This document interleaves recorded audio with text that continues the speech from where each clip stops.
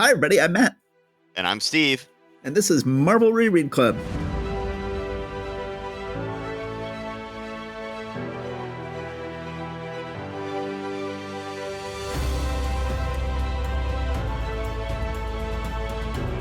Yeah, so the reason I was a few minutes late here, well, first after hearing Alexa vent about a teacher that she is really having some problems with, we then watched the most recent episode of The Mandalorian. I had been seeing people talk about having some really nice cameos.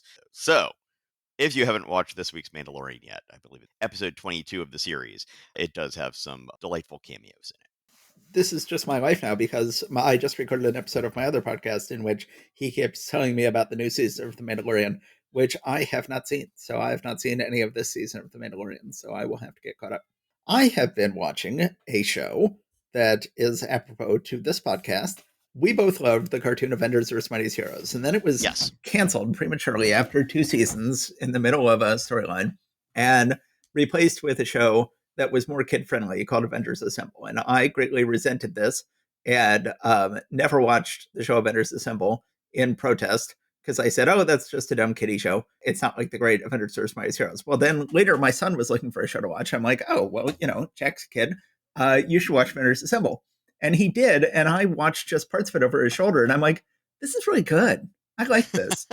And I was looking for something to work out to because I watch TV while I exercise on my elliptical runner. And I'm like, that's an action-packed show. And there's 150 episodes of it. And they're a good 24 minutes each. And that's a good workout. So I should go ahead and work out to Avengers Assemble. Well, I finished the first season today, and I have had a fantastic workout. And I have greatly enjoyed this show. Yes, it is. It does skew a little younger than Avengers vs. Mighty Heroes and is a little more inclined to standalone episodes, although there is a big bad in every season. But it's a really delightful show. If you are a fan of Marvel Comics, if you're a fan of these early years of Marvel Comics, I think that you will enjoy Avengers Assemble, which is on Disney Plus. Yeah, when my daughter and I had watched through Avengers Earth's Mightiest Heroes, we then saw that that's what followed up from it. And we both tried watching it for a little bit, but it didn't hold our attention very much. I think one of the things that really disconcerted me was the visual choice of all of those weird aspect ratio changes Yes. that just completely took me out of everything. And it did feel a little bit more superficial in general. And maybe we should have stuck with it, but we didn't.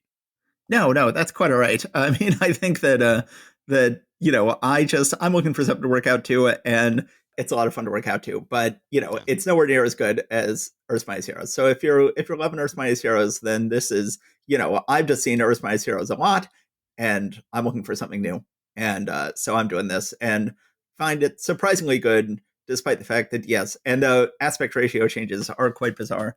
It's a stylistic choice, and I've come Mhm. to enjoy it. I've come to appreciate it. Yeah, actually, I talking about like stuff that you watch on your own when you're doing things. For lunches recently, I've been starting to try to watch Star Trek: The Original Series, which I've never really been able to get into before. We'll see how far I make it. I'm one episode in, so and it seems better than I thought. But I also think that they've so-called remastered these things, and I think they redid some of the special effects, which I'm sort of two minds on because one The thing, the special remastering, effects. Mhm. the remastering of the original series is just shockingly good. It really does not feel like a violation in any way, and I'm a big fan of it. I'm a huge original series fan. I've seen all those episodes many times. I've showed some of them to my kids. I say go forward. I say keep going. Okay. Yeah, well, I'm enjoying it so far. And, we've been watching Picard and, Discovery and all the modern Trek as well. So, sort of getting in there a little bit more is not a bad thing. Yeah.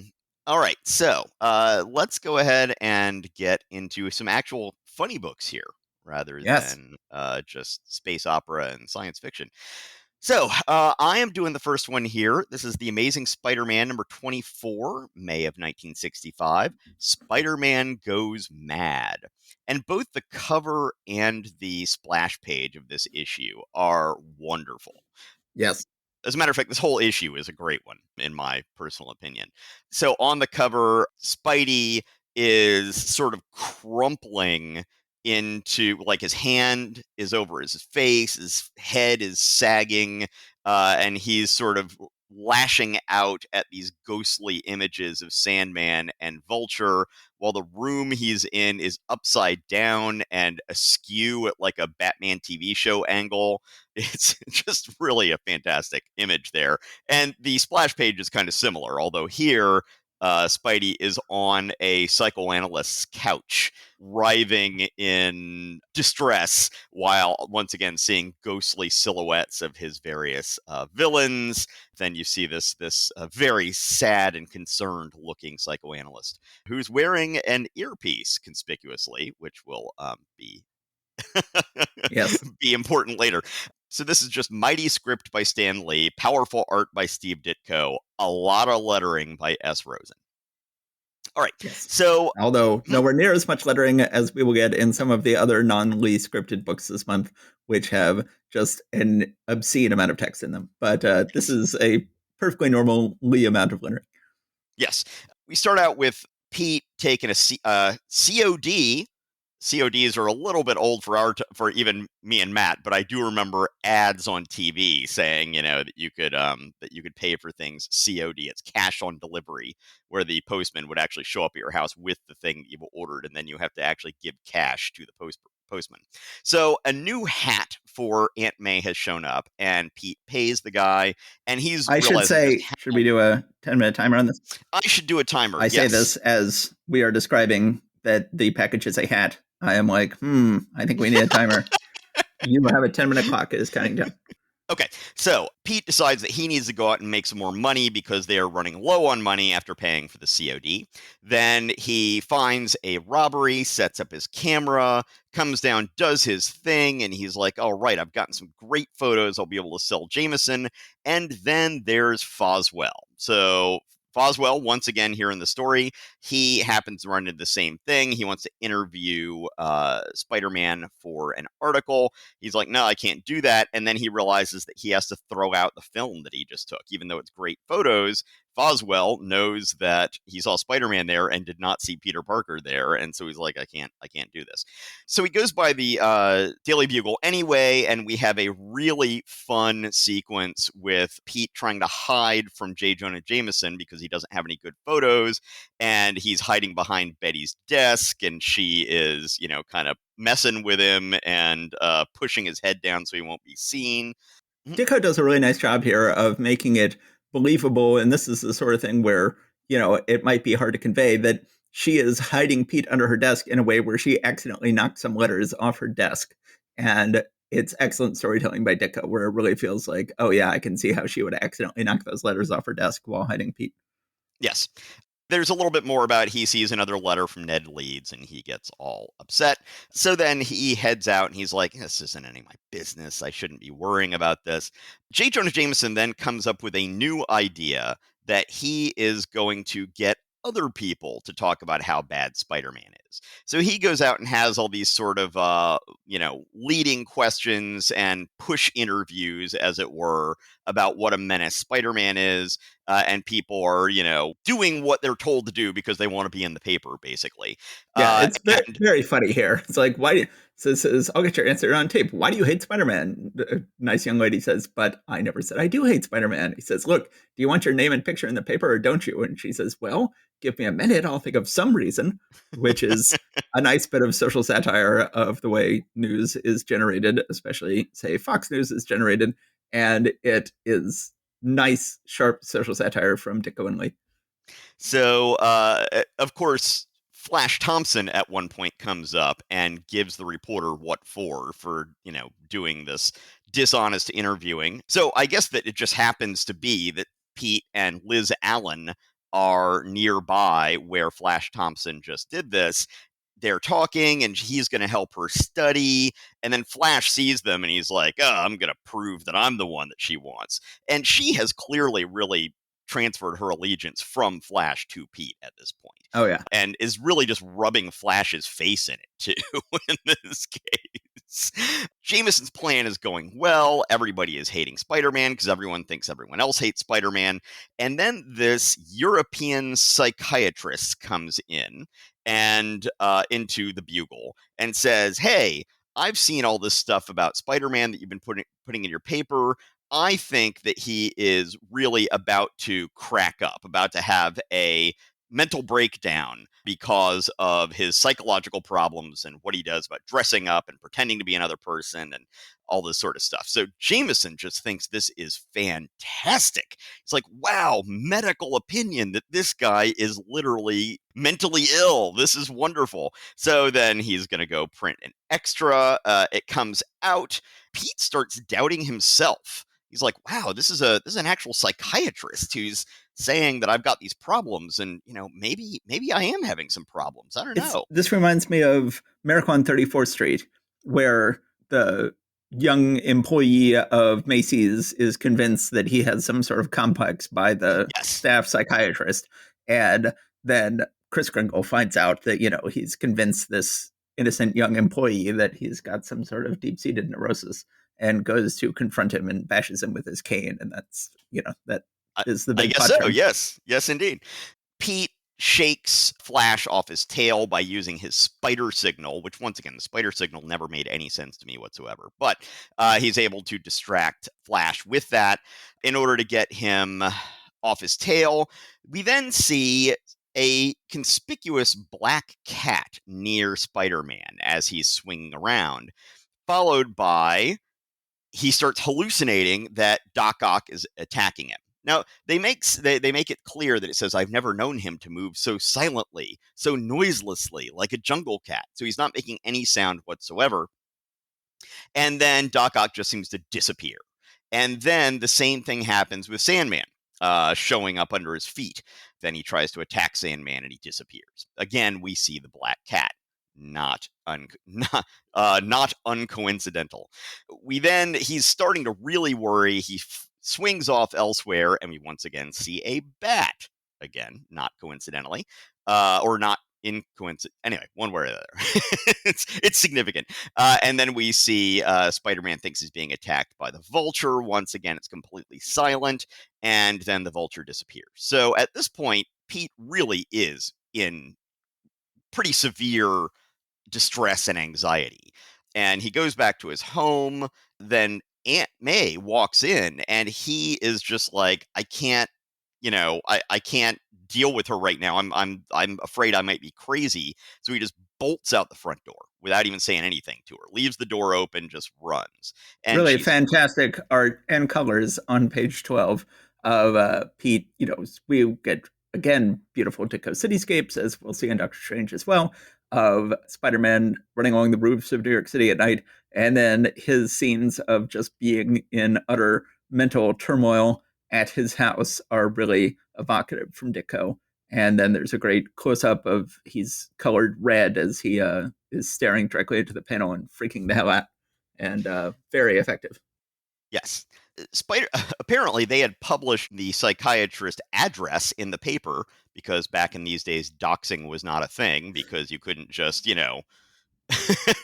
It was much harder to harass and stalk people back then. So, and as you notice in the letters pages and all these things, they always give the address of whoever wrote. These days, they're just like, "Oh, it's not a good idea."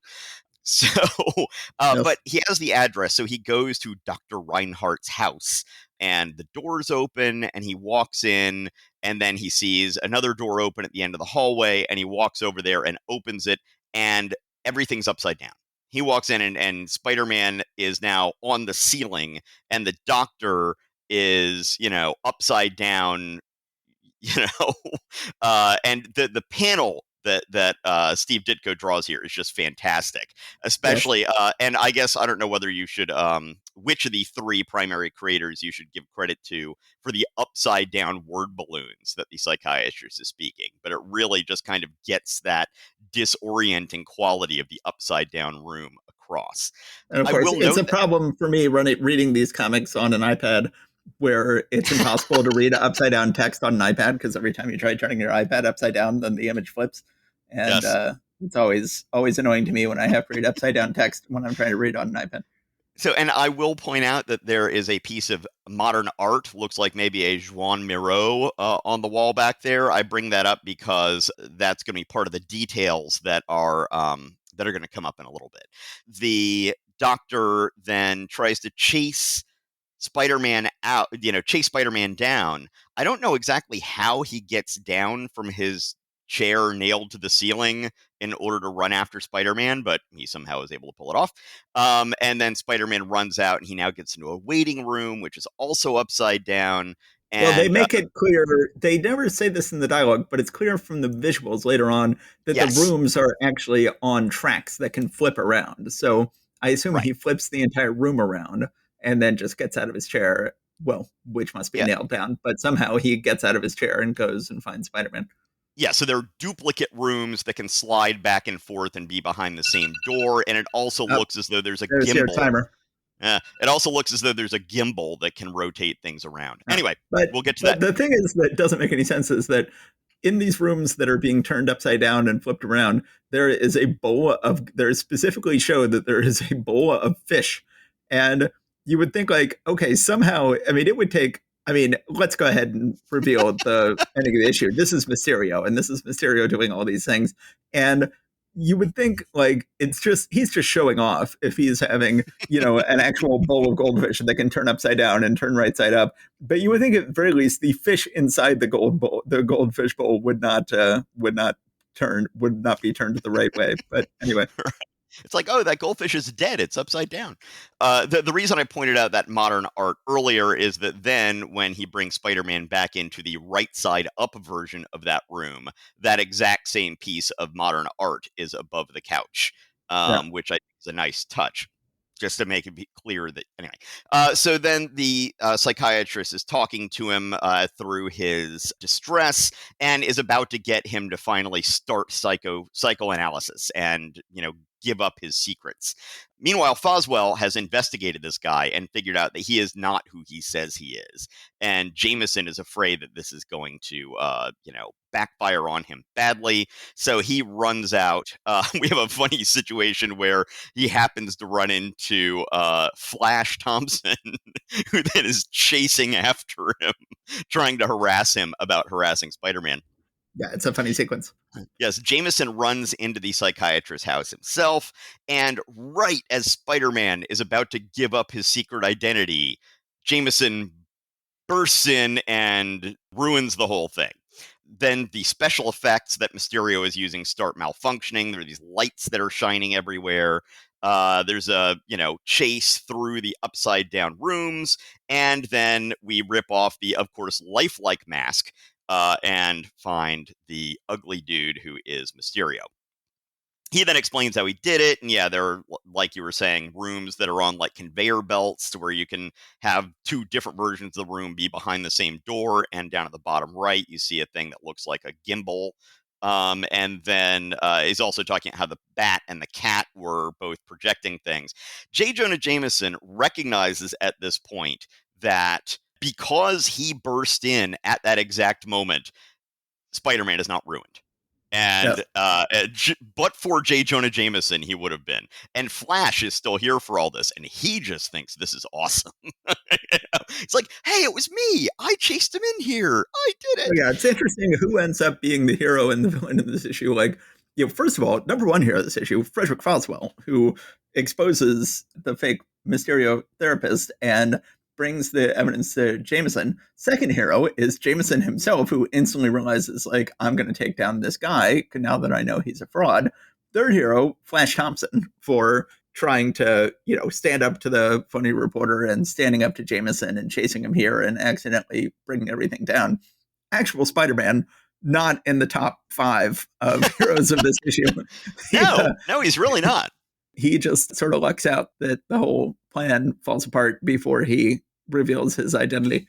Yes. So we then have a final scene where Pete is talking to May, and May is clearly worried about him, and he's trying to reassure her that he's feeling better at this point. Then he and Liz go off to study, and there's this panel where Liz is thinking, I'm making progress at last. I finally have Petey all to myself for a while. He's so much more interesting than that empty-headed Flash. And Pete, meanwhile, is thinking, I'd rather be spending my time with Betty. But if she's going to keep on writing the Ned leads behind my back, I'll show her. I'm like, healthy relationship. Yes. And also, if you're secretly going on a date with another girl and you were in no way letting Betty know about this, then you are in fact not showing her. You were very much not showing her. You are in fact hiding from her the fact that you are secretly dating other girls. So I don't think you get the points that you think you're going to get here. I think you're just a cad. Cad. Yeah. Yeah, well, I mean, he's a high school teenage boy. Yeah. It's like he has a lot But, to learn. The but I one like last thing how, I'm going to mention about this is on page 5. It looks like Foswell and J. Jonah Jameson are brothers. They're yes. both holding their smoking implements and looking pretty much exactly the same. I'm sorry. Go ahead. But I like how they make it clear that Liz isn't the right girl for Pete, Yeah. because she keeps calling him Petey. I think it's so sweet of you to offer to help me, Petey. And he's like smiling to her, but he's thinking, yeesh, how I wish she wouldn't call me Petey. And then she Right. calls him Petey again later in the page to really drive home the fact that like he knows that Betty is a better woman for him, and Liz is, a poor substitute. And then, of course, soon they will both be shown the back burner, and two other, even more promising women will enter Peter's life sometime in the next 10 issues. For now, he is still sort of stuck with these two less than ideal love interests. Yes. By the way, did you notice the letter from a future Marvel Comics creator in this issue? No, I did not. Donald Oh, McGregor of there he Warwick, is. Rhode Island. Yes, Don McGregor, who would go on to be a great writer of Black Panther and many other books. Yeah. That is great. So yeah, it really is amazing to find how many future writers and artists wrote letters into this stuff, and not just they wrote letters, but that their letters were picked. You know Yeah. what I mean? Because I'm sure they receive all sorts of letters that most of them just end up getting read and then thrown in the trash. But yeah, it just is amazing how many people who later worked for Marvel who got their letters published. Okay. Let's see if there's anything I want to add here. Well, I guess one reason that Mysterio had a bunch of fishbowls in his fake thing was one to show off his special effects, and the other thing because he usually wears a fishbowl on his head, and he's missing the fact that he no longer gets to wear a fishbowl on his head. And yeah, I like the text at the end of the issue where it says, "Nothing conclusive has been settled between Peter and Betty, or between our hero and Flash Thompson, or indeed between anyone. And yet, isn't that the way of life?" And so they're acknowledging that everything's up in the air. But yes, I think this is an excellent issue. It's really beautifully drawn by penciled and inked by Ditko, and nicely written by Lee and Ditko. And I don't know if it's so much of an Ayn Rand thing to have to be anti-psychotherapy. Obviously, that's more we associate with Scientology or various other things. But yeah, I get the feeling. I certainly don't think Ditko would naturally be a fan of therapists, and this is not the first time that therapists have been portrayed unflatteringly in a Spider-Man comic, or for that matter, in a Doctor Strange comic. One certainly gets the impression Ditko is not a fan of the profession. Well, I think that if you're relating it back to Randian stuff, the whole idea that A is A, that basically things are what they are, and that psychotherapy is largely talking about like, oh, well, you said this, what did that really mean? You know, Right. and yeah, I could see that being a thing. Yeah, not a fan. Okay, everybody, let's move on to Fantastic Four number 38, the world's greatest comics magazine. Not a dream, not an imaginary tale. It had to happen sooner or later. At last, the fabulous FF are defeated by the Frightful Four. So it was interesting. We had the Frightful Four show up in issue 36, and then they took an issue off while they went to another galaxy to defeat the Skrull Empire. And then they're back here in issue 38, and then they're going to take 2 more issues off, and then they're going to come back for another 3-issue storyline after that. So there are these very much sort of irregular villains here who are showing up and then disappearing, and then showing up and then disappearing. This is Fantastic Four 38. And so we begin with a bizarre thing where Reed, Johnny, and Thing are standing, and it seems like a poorly penciled or inked or colored page because it's like, oh, this doesn't look like where are they really standing and what's going on. And then they just reveal in the text that they're standing on a giant photograph of Skrull technology. And you don't realize until you get to the second page that they're standing on these giant black and white photos, which is an interesting way to begin the comic.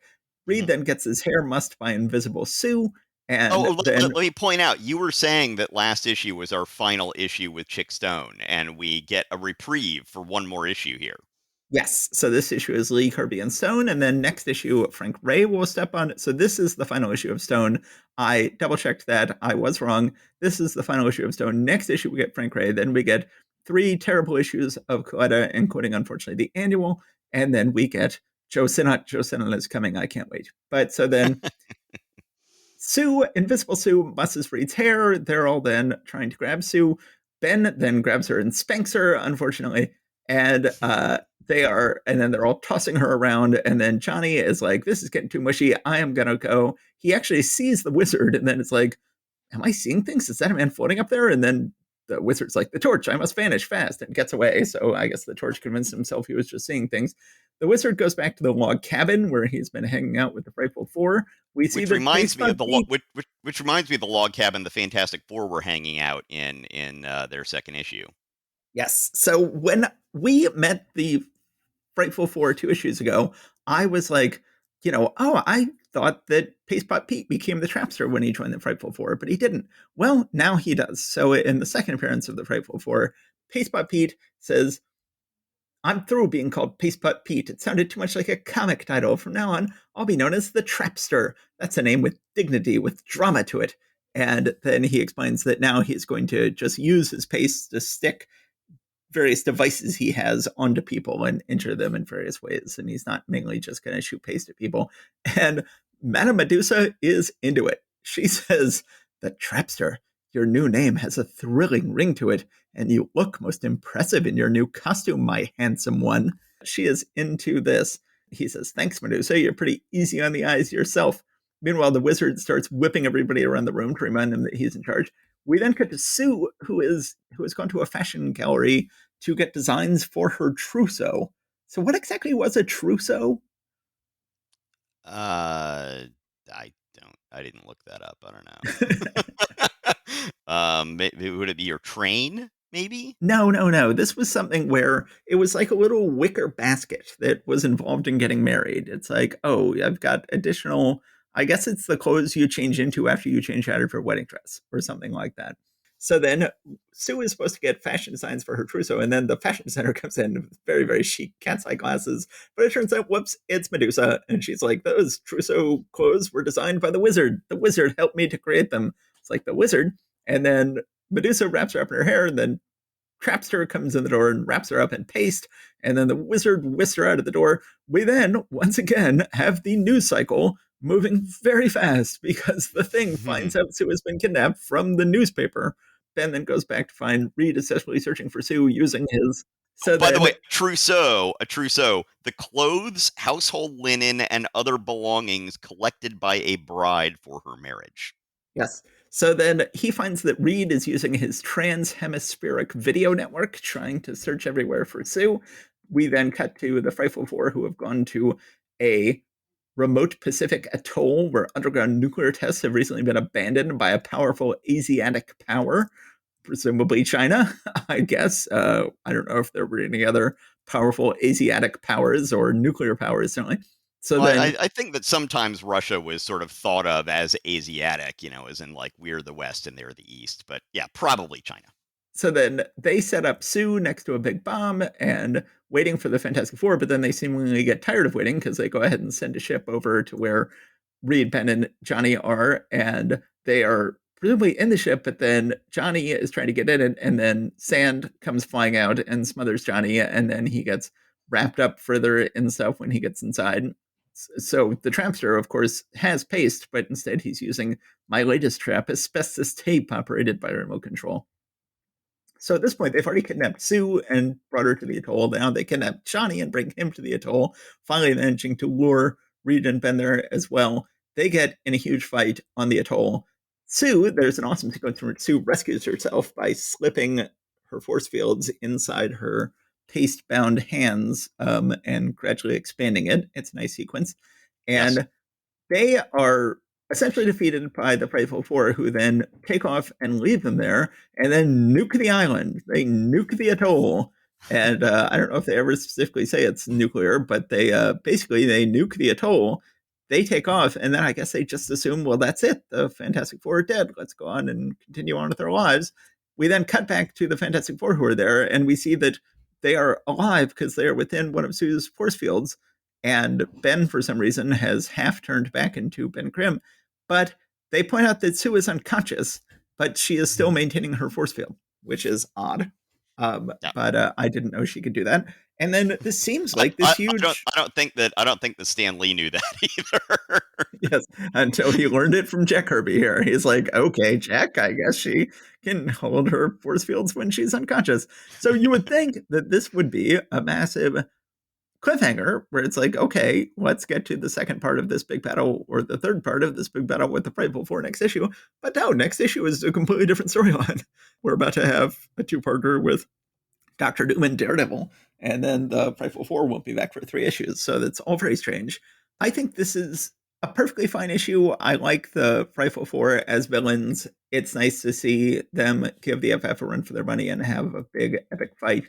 A very odd issue in that how these villains are coming and going and nothing conclusive is happening with them, but a perfectly fine issue. Yeah, I like it. One of the things that I like about this issue, and we're going to see this going forward over the next like year, I really like how they visually portray Reed and Sue, and kind of the physical affection and the obvious joy they take in each other's company as they are approaching their wedding, and then afterwards when they are newlyweds, this will continue. That I just something about it feels really sort of genuine to me coming off the page. Yes. So when she's mussing his hair and stuff, and just the look on his face, and just the it just seems so playful, and is really really fun. On the splash page, when they introduce the Trapster, it says introducing one of the most unpredictable villains of all time. Wait till you see the Trapster. And so, A, spoiler alert, it's just Pastepot Pete. B, they didn't say unpredictable. I don't know whether this is something that's in yours or not, but it says one of the most unpredictable villains of all time. Yes. I that looks like maybe an errant line or something. Who knows? Okay. I generally enjoyed this issue, and I guess we should move along. All right. Journey into Mystery, number 116 with the Mighty Thor. This is the time has come for the trial of the gods. So we've had this. Oh, you want to time me here? Yeah. Let me Yeah. there we go. We are timing. Okay. So, So well, all right. No, mhm. I'm going to go ahead and pause the timer. So let's go ahead and talk about the big elephant in the room here, which is that we have, to my mind, the greatest tragedy in all of Marvel Comics happens in this issue, which is that Vince Coletta becomes the anchor on the front half of this book and will be for the next 50 issues or so. It is a tragedy. This could have been one of the all-time great Marvel runs if they had, oh my God, if they'd gotten Sinnott to do this book too. Lee Kirby Sinnott doing Thor would have been the dream of all dreams. Instead, we get something that is less than 1/10 the quality of that. We have, for this point, for the next 50 issues, Coletta inking Kirby, and it is just the tragedy of all tragedies. And unfortunately, it begins with this issue. Well, I will say that in all fairness, I think Coletta seems to actually be putting in an effort on this first issue in particular. He does. If this were what Coletta was doing all the time, I'd be like, he's fine, But it will not be as good at various A points. few problems I will point out, but yes. Yes. Oh, yeah. I mean, there are always going to be some problems, of course.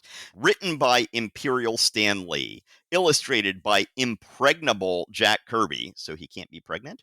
Inked by implacable Vince Coletta, lettered by impossible Artie Simek. Yes. All right. So this Trial of the Gods has been built up for a while. This has to do with Thor continuing his dalliance with Jane, and with Loki making Odin think that Thor is being more disobedient than he actually is. Odin takes Thor's hammer from him and sends both Thor and Loki to Skornheim. Yes. So I got to this point and I'm like, is Lee just making these words up? Like, is he drawing Yeah. from mythology at all for Skornheim? Yeah, I looked it up and he just made it up. Skornheim Okay. was invented by Stan Lee in this issue. All right. Good. So as I said, I actually, had some fondness for Coletta during the 80s when I was a kid. And I think lots of that may have been because he inked Dazzler, and I was an adolescent boy reading Dazzler. And Yeah. so I associated him with Dazzler, who dazzled me. But I will say that on page 3, panel 2, Thor's face is kind of some of the best of Coletta's style right there. I I really kind of guess. like Thor's face there. I'm saying it's an aesthetic thing for me. I like that. It brings back childhood memories. But All go right, to page so two. On page two, Coletta has inked Odin's eyes so oddly that yeah, the colorist can't figure out where the eyebrows are supposed to begin there. So he's just sort of, it looks like he's just arbitrarily deciding where in that massive lines the flesh ends and the eyebrow begins. yes. This challenge is they're both sent to Skornheim with no weapons, and then they must make it back to Asgard, and whichever one makes it back to Asgard will now be Odin's most favored son. Of course, Loki cheated, and he brought some Norn stones with him that are essentially weapons, and he's using them to his advantage. He uses one to show Thor that Jane is now being menaced by the Executioner and the Enchantress at Loki's behest, trying to distract him from what he's doing here. They get to, I don't know, a thicket of thorns, and they're thorns that are so bad that they rip your clothes apart and stuff like that. Loki uses one of his Norn stones to just pass through it like a ghost. Thor instead protects his arm and then just knocks down the thorns to be able to make a path through it. Yeah, I kind of liked how this reminded me of the movie Casino Royale, where Bond is in a chase with uh, Goon, and it shows how Bond is different from the Goon, and that every obstacle they get to, the Goon gets through one way and Bond gets through another way. And I like this, sort of thing of like, oh, Loki, does his subterfuge type thing, and then Thor blunders through. And I like that they're doing some character work and showing how they're different problem solving techniques. Yes. When Thor makes it through, he's mad. He catches up with Loki. They get into a fight, but then they are attacked by actually what looks like what's his name? That Daredevil villain who The were Gladiator. mentioned. The Gladiator. Yes, the Daredevil villain, the Gladiator. But it's not. This is Yag, Invincible Slayer of all who intrude. We then switch back to Asgard here, and we get Odin in the bath and then wearing his bathrobe, which I I abs- love. I absolutely love his fuzzy bathrobe and his fuzzy slippers and his Yes. fuzzy hood. He's got a fuzzy bathrobe with a fuzzy hood and fuzzy slippers, and it is awesome. This is the king. He looks Yes. awesome. Odin has reached his final form, I think, in many ways. Balder comes by and reveals to Odin, who is just always dim, dim, dim when it comes to Loki, that, hey, Loki's cheating by doing this with the Executioner and the Enchantress and Jane and, letting Thor know about it. And so Odin says, okay, go and protect Jane. So he heads off on the Rainbow Bridge. We meanwhile see that there's a big fight going on with Yag. Loki is what does he do? He somehow gets away. I think just uses the conflict to sort of get away and then leave Thor fighting with Yag. Thor is able to defeat Yag. Once again, Thor is mainly doing all of his feats just through strength and toughness. He defeats Yag. Then there's another challenge they have to go through, the withering heat of the glowing boulder road of Skornheim. Once again, using his Norn stones, Loki is able to protect himself from the heat with some kind of little whirlwind or something. And then he gets to some carnivorous plants. He's able to repel them. In New York, Executioner and Enchantress are being menaced by New Yorkers. Oh, and you were saying, there are going to be some things you're going to point out about Coletta's work in this. Page 12, panel 2, look at Enchantress's face. Classic Coletta eyes, That is, completely unmatched I, eyes. I will say when I think he's doing something decent. I will also point out when there is an absolute trash panel, and this is one of those right here. Uh, And then it turns out that a teen brigadier happens to be up above the conflict with the Executioner and Enchantress, And so goes ahead and radios to the Avengers. He's trying to contact Rick Jones, and he's getting no answer. But it's because Rick Jones is in an Avengers meeting. And by the time the thing comes into him, the radio thing, he is gone. That really doesn't go anywhere. That's just sort of a weird thing. Daredevil is then pointed out to the direction of where this stuff is happening by the Teen Brigadier, and then he's trying to contact the Baxter Building, but it makes it clear that Daredevil was in the middle of fighting Namor, that the Fantastic Four is in the middle of their battle with the Frightful Four, which also does explain a little bit why Daredevil was the one who was having to deal with Namor last time, right? True.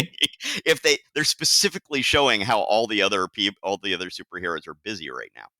Frightful Four are in this big spherical thing, they mistake this fireball that's coming down from heaven as being the Human Torch. But it's not. This is Balder. But at this point now, Balder shows up, disguises himself as a regular plain old New Yorker to go and confront the two evil ones.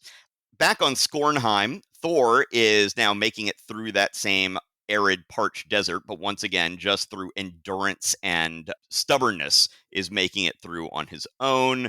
And then again, he just uses brute strength to go ahead and fight his way through the carnivorous plants, then gets to water. He dives into this river, and it both protects him from more of the plants and rehydrates him after being parched. At this point, Thor catches up with Loki again right as they reach the goal, which will take them back to Asgard, but Loki makes it through the portal first. Thor is saying, despite my every effort, he beat me. Loki, with his sinister stones, his cunning, his deceit. Loki has won. We will see what that means in the next issue. Yes. So quickly then, we're going to go on to Tales of Asgard. We're once again seeing younger, but not young, but younger Loki building up his network of evil, nefarious powers to be able to take on against Asgard one of these days. And I love the picture on the first page of Tales of Asgard here of of King Hymir. He looks tough. He looks stout. He's just a big, thick rock of a dude, and his helmet is amazing. The man is about 30% hat. His hat is about 10 times the size of his head. It is awesome. Oh, his head's pretty big. His head's pretty big, but nowhere near as big as his hat. Yes, and it looks like that's the spine of some creature that's wrapped around the hat, and then there's a big mound of fur, and it's just amazing. Meanwhile, on the right-hand side, we see Thor clearly hitting on Princess Rinda. I mean, he's got the classic leaning up against the lockers, talking to the girls sort of thing going on. But it's like, all right, Thor's got some game there. He's making it work. Loki convinces King Hymir to issue, a challenge that Thor has to accept, or else he loses honor. This is, of course, a tasks that are not meant to actually be able to be performed. What does he have to do? The thing that's so strange about this issue is that the lead story and the backup story are so similar. These are both stories set in Asgard where Loki presents Thor with a series of challenges that Thor then has to go to different biomes and tackle big challenges as part of some big Asgardian trial type thing. But they're both awesome. I think that these are both, that's the kind of story I want to read, and I don't mind reading it twice. But it's so strange that they're so similar. Yes. Thor takes the challenge, and the challenge is to bring back one fish from the dreaded sea of eternal darkness. So Thor does so, and then what he does, he's like, "Oh, I did the challenge," and King Hymir is like, "Oh, no, that was just the thing to see whether you're worth getting the real challenge. The real challenge is, can you break my goblet that I've got in my hand right now?" Thor is finding it impossible, and then so he figures out it's actually enchanted. So he's not sure what to do by the deadline, but then he throws it at Hymir, and it shattered. It says it is Hymir's crown itself that is the magic catalyst. So when he threw the goblet at Hymir's fantabulous hat, it ends up causing the goblet to break. At this point, Loki, who was trying to get the allegiance of King Hymir for future betrayals of Asgard, King Hymir feels betrayed by Loki and starts laying into him here. Then Loki realizes that he has not succeeded this time in either defeating Thor or in gaining any nefarious allies. Yes. There are elements of this Tales of Asgard I love. Hymir's whole look, his hat in particular, but his whole look is great. But yeah, you're right. That is a good point that these two stories are very, very similar. Yeah, I'm just looking at my notes. When King Hymir appears on the first page, I said in my notes to quote from Superman the movie, "Yo, Jim, that is one bad outfit." This is just a lot of fun, and Coletta does not ruin either issue. They both look pretty good, beautifully penciled by Kirby, both the lead and the backup, with the sort of Asgardian action I love, and both well written by Lee, and just two excellent halves of this book. Just enough Jane, just enough Earth, but mostly Asgard, and Odin in his glorious robe and fuzzy slippers. It is. These and are his bath. And his bath. And his bath. Yes. These are just gorgeous books. One last thing I'll point out is at one point when Thor is trying to get through one of the challenges, it says, then reaching out with fingers like steel vices, mighty Thor rips off a fragment of petrified rock. Yes, I get from the tone of your voice that you see the problem with it. Petrified means petrified turned to stone. This is stone that has been turned to stone. But if that's what are you going to do? This is a Stan Lee comic. You'll get these things. All right, let's go ahead and move on to Strange Tales number 132. Take it away. All right, Strange Tales number 132. Every month there's at least one book where I read the book and then I go back to take my notes and I'm like, what is this? I don't remember reading this. And in this case, it is certainly The Sinister Space Trap. Wait till you see the Human Torch and the Ever-Living Thing get caught in the Sinister Space Trap, possibly the nuttiest, most mixed up yarn you'll read all year. And he says it's clobbering time. And then there's a little inset that they just lazily snipped a panel out from the Doctor Strange story and placed it on the cover. And it says, see Doctor Strange face to face at last with Baron Mordo. This is an extremely bad Human Torch thing story. We know this because they say in the letters page that it is extremely bad. I don't know. I didn't see that. If you had the letters page on this one, but they say in the letters page, well, that's it for this ish. But before we close, we want to ask you one thing. Can you figure out exactly what our Torch and Thing story was all about? We have to admit it had us pretty confused. We read it over and over again and never could quite understand what the villain was really after. If it wasn't too embarrassing, we'd offer no prize to anyone who could explain our own story to us. Oh, well. So... and this one was written by Larry Ivie, which is the actual name of the guy whose pseudonym was used in the Avengers issue where Jan was dying and needed the surgeon. Yes. So, you'd be like, oh, is Stan Lee showing a little humility and saying the story wasn't very good? Well, he didn't write it. It says edited with reckless abandon by Stan Lee, written with daring bravado by Larry Ivie, drawn with brash impetuosity by Bob Powell, inked with reckless vigor by Mickey DeMeo, lettered with a soggy pen point by Sam Rosen. Of course, Mickey DeMeo is Mike Esposito. And this issue is indeed, Stan Lee is right to talk about how terrible the issue is, because it is especially terrible. This is an especially awful book. The Powell Esposito art is fine. It's not great, but it is not terrible. But the issue is just, it is exquisitely poorly written. And one of the many things that is poorly written about it is just the number of words on every damn page. It is insane. So we see all four of the FF working together to bend some sort of I-beam into place, building something. Page 2, we get the entire text of War and Peace crammed onto one page as a guy shows up from NASA and says, I need one of you to be an astronaut.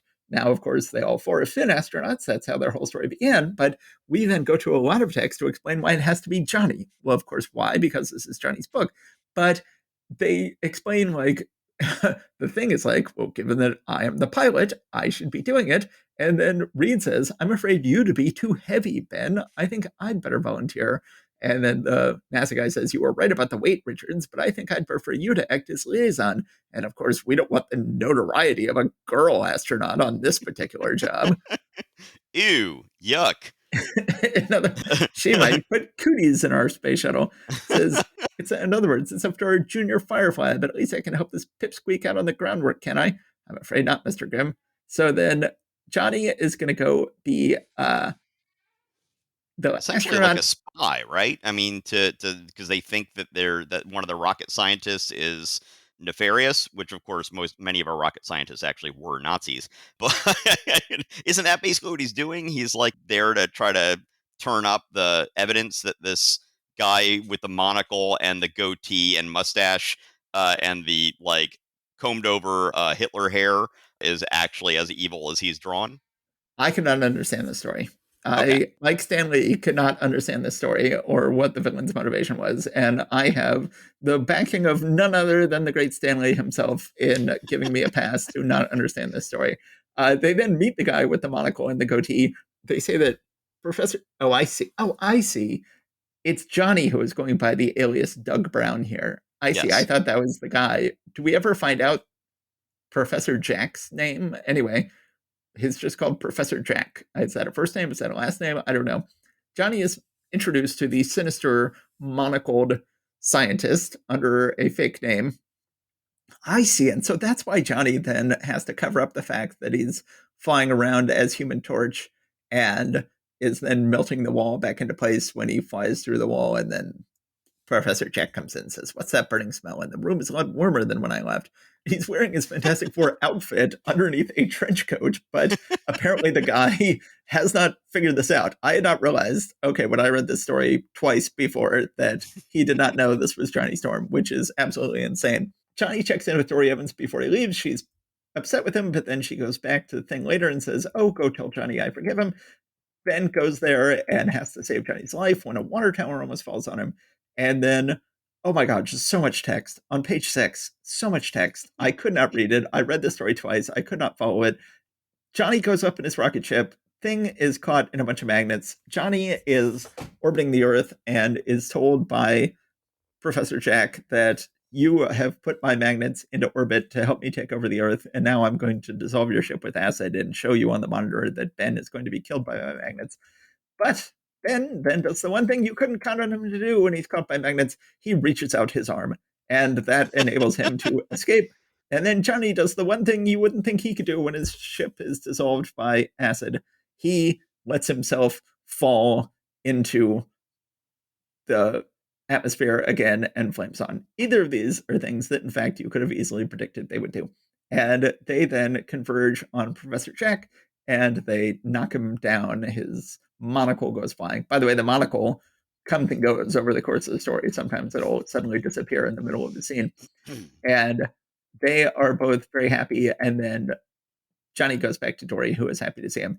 This, as Stanley will be the first to tell you, is a truly terrible issue, and it is embarrassing. Yeah. it's right up there with some of the worst Silver Age Marvel books. So we probably shouldn't spend much more time on it, correct? Indeed. Yeah. Let me see if there's anything.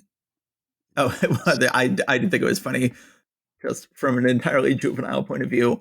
Ben says, "Hey, I just remembered the reason I came here yesterday was to tell you your fickle gal pal wants you back."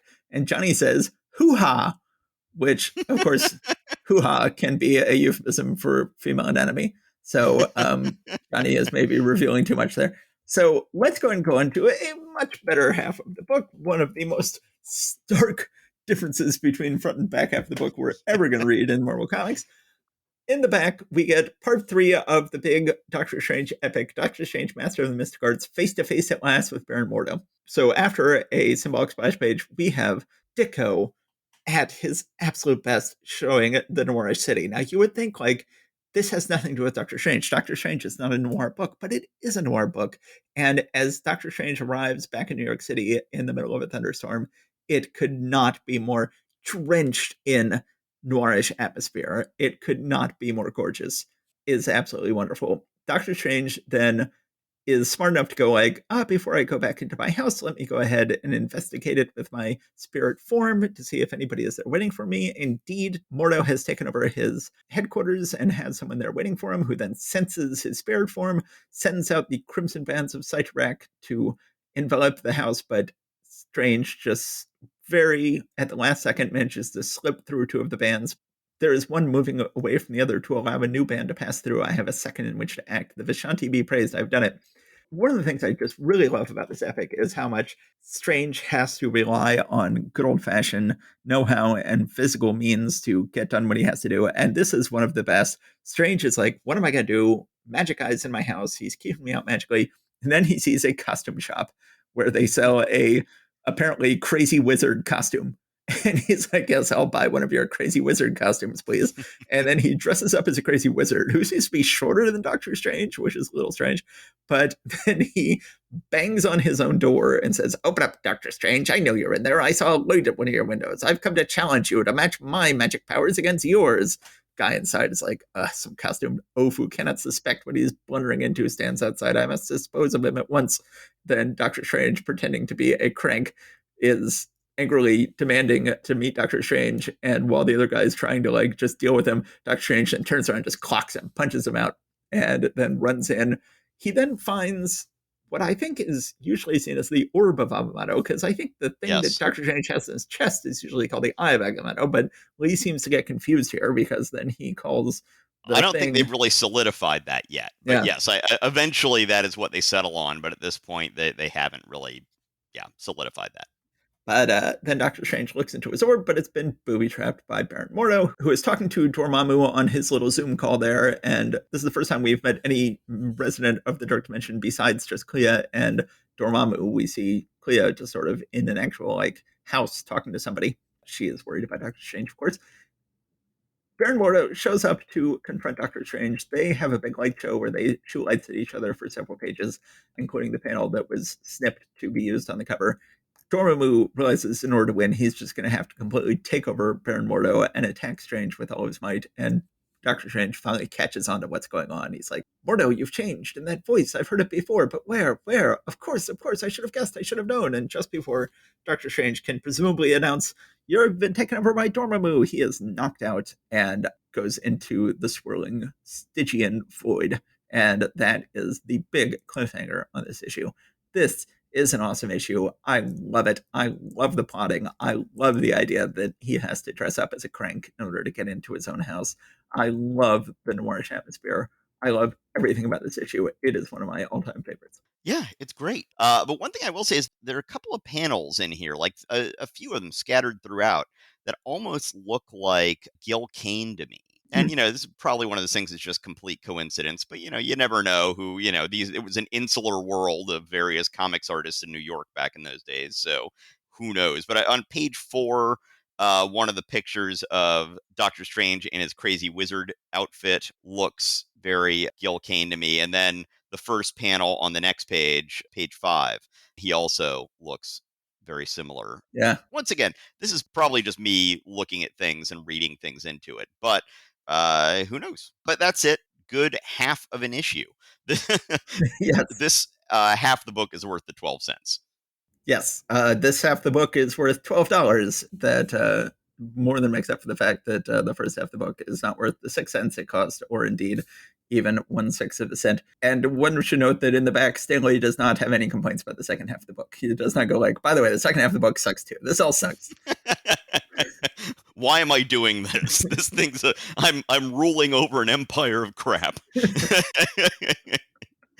All right. So I guess that this is where we need to pretend to everybody like we are going to be saying goodbye to each other and then coming back later to record the next episode, but shall actually just be continuing momentarily from now. Yes. So that is this episode. Those were 4 good issues of comics, or 3.5 good issues of comics.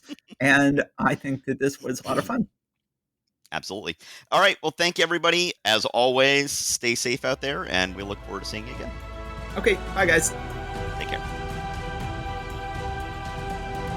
Thanks for listening to Marvel Reread Club. Please subscribe to us wherever you get your podcasts. Your reviews and ratings are a great help and always appreciated. We love hearing from you. Go to marvelrereadclub.com to find notes and join the discussion about this episode. We're also on Facebook and Instagram. See you next time.